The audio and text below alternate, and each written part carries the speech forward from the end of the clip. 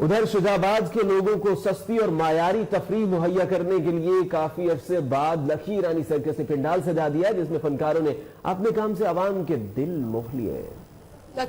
شجاعباد کے لوگوں کو سستی اور معیاری تفریح فراہم کرنے کے لیے کافی عرصے بعد لکی رانی سرکس نے پنڈال سجا دیا، جس میں مظاہرہ کرنے والے فنکاروں نے اپنے کام سے عوام کے دل موہ لیے۔ لکی رانی سرکس کے یہ چمکتے ستارے اپنی عام زندگی خیموں میں گزارتے ہیں۔ یہ انتہائی سادہ اور عام زندگی گزارنے والے فنکار اپنے رب کا شکر ادا کرتے ہوئے اپنی انتظامیہ کے رویے سے بھی خوش نظر آتے ہیں۔ رانی سرکس شجاعباد میں لگی ہے، یہ ایک میسج آتا ہے پورے پاکستان میں کہ ہمارے ملک میں امن ہے، ہمارا ملک امن ہے، اس میں دہشت گردی کا کوئی خطرہ نہیں ہے۔